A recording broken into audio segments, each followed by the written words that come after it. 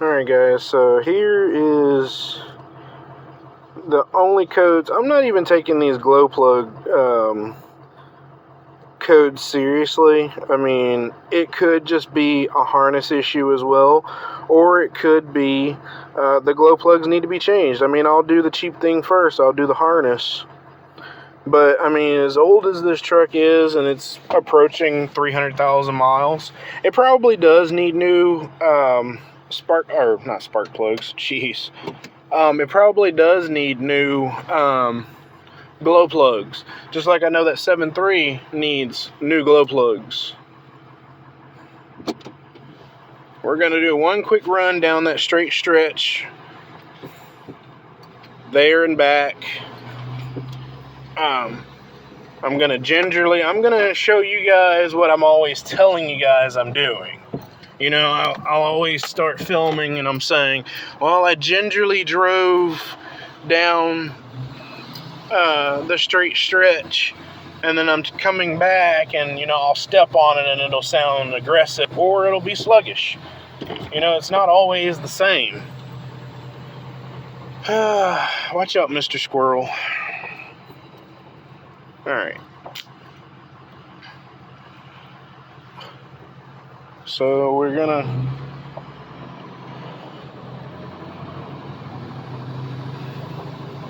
it's starting to warm up. And again, after putting all those miles on this truck yesterday, 123.8 miles. So 124 miles. And I'm still just under 3/4 of a tank. Now my wife did tell me that the truck was reading slightly over 3/4 of a tank. So if that were the case, I could have just been reading it wrong.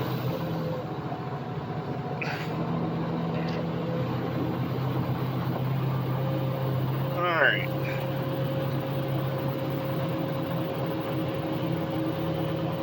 Yeah, see, it's taking its sweet time trying to speed up. But it could be in what's called safe mode until it warms up. I mean, I don't know if this PCM has been flashed or not. You know, I don't know what number owner I am. I know that I bought it from a small dealership up in Little Rock, and he bought the car off of some lady. That's all I know. So, you know, but I'm not going to sit here and say, well, just because it was owned by a lady, it wasn't properly maintained, because, well, first off, I've seen some women take better care of their vehicles than some guys. You know, don't let a person's gender fool you. There are a lot of pathetic guys out there that just don't know how to maintain a vehicle.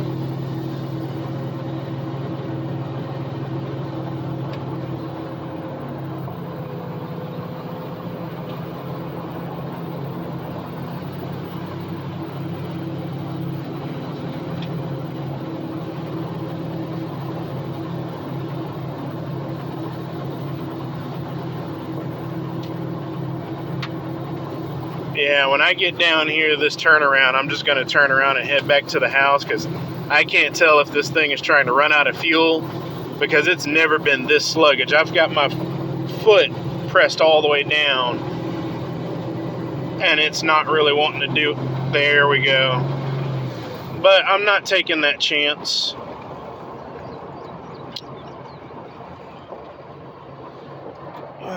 So I'm just going to back up and head on back to the house.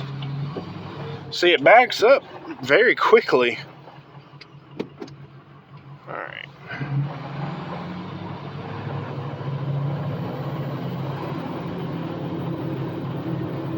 Yeah, see, I thought it was gonna take off like a bat out of hell, and then it just disappointed me.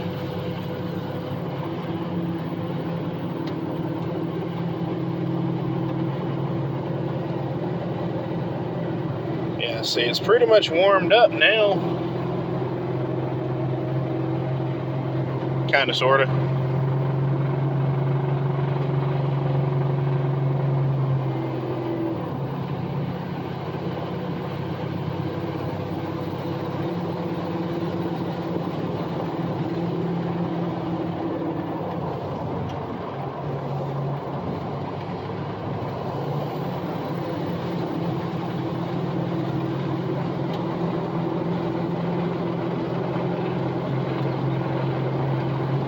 Oh, now we're trying to wake up.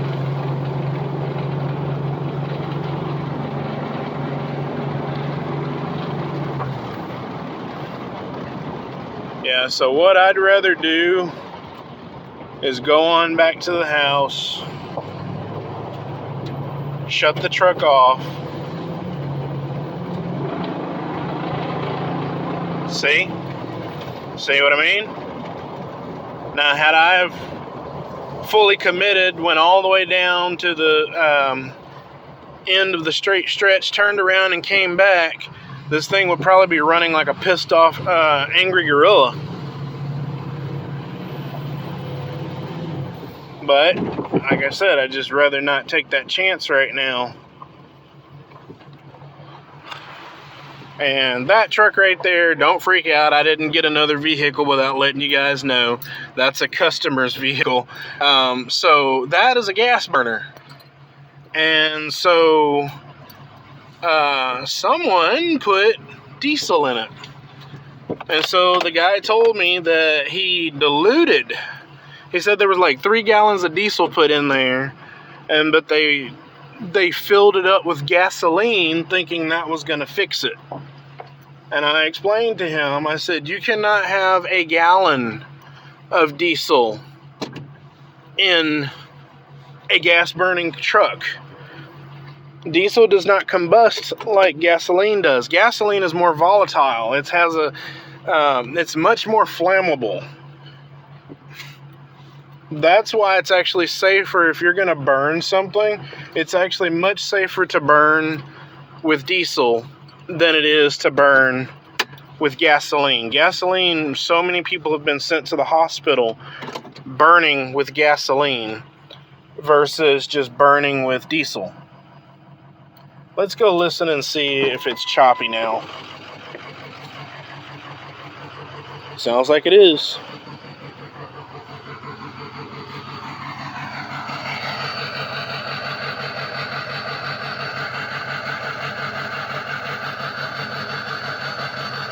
Alright, so with that exhaust being choppy, let's go ahead and shut it off.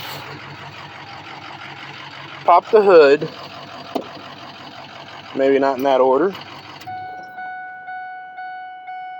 But let's go ahead and pop the hood and do another buzz test. You know, since it's pretty warmed up underneath there, and apparently something in the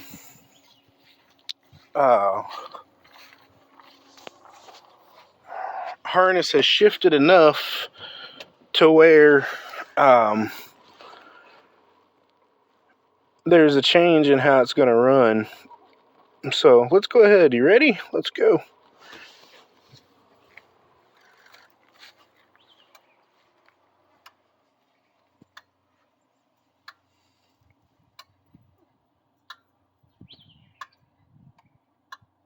Listen again.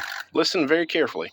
1, 2, 3, 4, 5, 6, 7, 8. Again. 1, 2, 3, 4, 5, 6, 7, 8. There we go, guys. I don't care what kind of magical potion you stick in the oil. Yes, I have Stiction Eliminator in here in this oil. But it is an aid to help clean the varnish out of your spool valves in your injectors.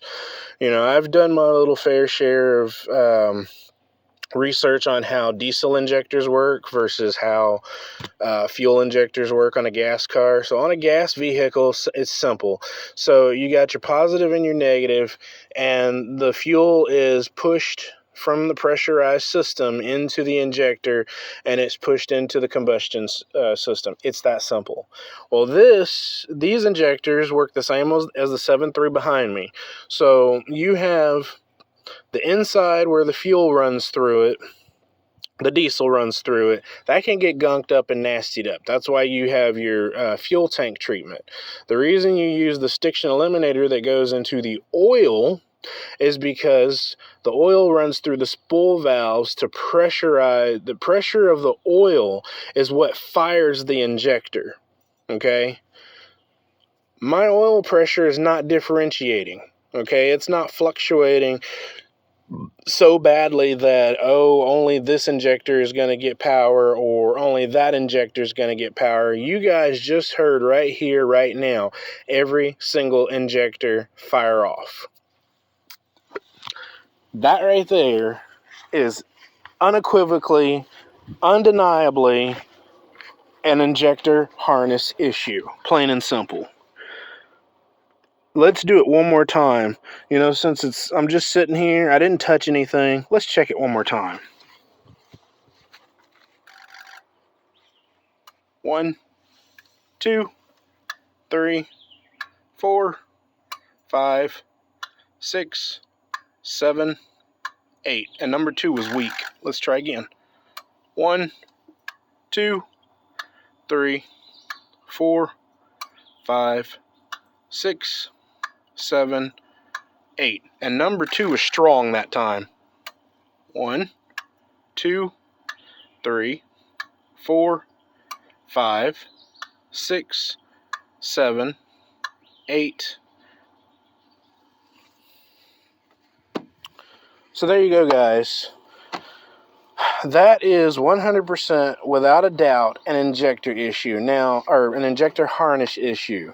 Now, I'm not saying that is the only issue there is, because it's getting power to it now because the engine's warmed up and, you know, things have moved, you know. So because yesterday engine was warmed up, you guys, you know, saw everything and listened to everything, and I was getting absolutely nothing on injector 3.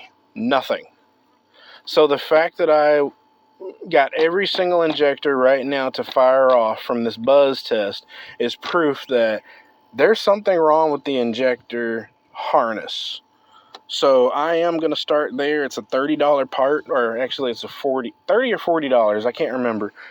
But I'm going to go ahead and order the injector harness. I'm going to change it out and go from there. You know, if it runs better, great. If it's still having the same issue, which I don't think it's going to have that same of an issue, I don't think it's going to be the extent that it is right now. I think that's why there's a change in the exhaust tone. That's why I think it goes from normal to choppy. That's why I also think the valve that I'm listening to keeps opening and closing, because the computer is noticing a major change in the injectors. The injectors firing off. So we're going to start with that first. So next week, which I say next week, tomorrow's Monday. So as soon as tomorrow or next week comes around, payday hits, I'm going to go ahead and order the injector harness, get the ball rolling on it, and go from there. So I'm not going to worry about driving this thing a whole lot. You know, I'll probably drive it when I get off work, or at least start it up and let it run. I'd like to also dive a little deeper into the sending unit issue. Now, my 7.3 The only issue I have going on with it right now, for those of you that have been around since the beginning, as you can see down there, there's a yellow wire sticking down. I need to plug that in, and the reason why is because you guys know I customized my running boards on this truck. I'm the one that installed these lights. And I plan on doing the same for that truck over there. I'm taking off those stupid Nerf bars and I'm putting the running rails on it. And I'm going to put lights on it. And this light right here stopped working because of that wire. You know, I'm wanting to put something on the bottom. I want to get like some totes or maybe like some tote lids. I'd love to go to Walmart and get like a bunch of tote lids, and I don't know if they can sell them to you individually, and that's the issue. All I need are tote lids. Get away, stink bug. But yeah, if I could get a bunch of tote lids like this, but the longer ones, I could get like 4 tote lids, cut them to length, and then adhere them to the bottom of here, because when the gravel slings up, it knocks the wires down. That's why that one's like that. So I got to shove that back up in there. But there's really nothing wrong with this truck. That's right, F350 International. But you know, pretty much when you look at this truck, you can see the future of this truck. I'm not leaving that truck white. I am going to bedliner it black. But instead of like little tasteful things like the green accent here, the green lights, like when you open the door, the wheel wells light up green, the dome lights green, I am not doing that to this truck. So those tow hooks are going to be painted white. The wheel wells will glow white when you open the door, and the dome light is going to be white. So, I mean, you get the gist of it. It's going to share the same similarities as the 7.3 behind me. I am putting a lift kit on it. The 7.3 has a 3-inch lift in the back and a 2.5-inch lift in the front. I'm going 3 inches all the way around on the 6.0. But this truck doesn't need as much work done to it, believe it or not, as the 7.3 does, because the 7.3 is XL model. So no power windows, locks, or mirrors. I gotta install all of that stuff myself. So, you know, it's kind of a nice reprieve, I guess you could say, or it's just a nice relief that I don't have to put so much into this truck as I did my 7.3. Like, I've come a long way with that truck. It did not look anything like that when I got it. It looked like shit, plain and simple. And if the person that I traded my Mustang for that diesel for is watching this, I'm sorry, but that truck looked like shit when I got it. But now it's a very beautiful rig. I get compliments on it all the time. I do need to change that top trim on the bumper there. It is burned badly, and so is the light bar.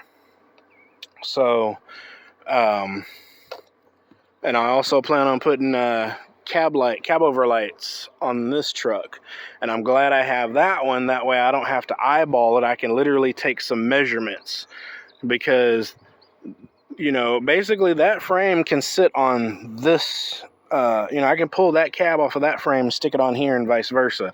So the same measurements of those cab lights should be the same on here. So I'm just waiting to get them. But I'm going to let this be the end of it. This is one long video. I'm uploading essentially 40 minutes to an hour worth of video just today alone. So as always, guys, thanks for watching. Hopefully this helps someone, you know, that may be dealing with this same type of headache. So, you know, instead of you know, like me, I shouldn't have just threw a bunch of stuff in here. I should have done the test like I did today. You know, just do the troubleshooting like I did today, you know, test cold, test hot, and just go from there. But, hey, you live, you learn, you figure it out. As always, guys, thanks for watching. More to come. Later, Gators.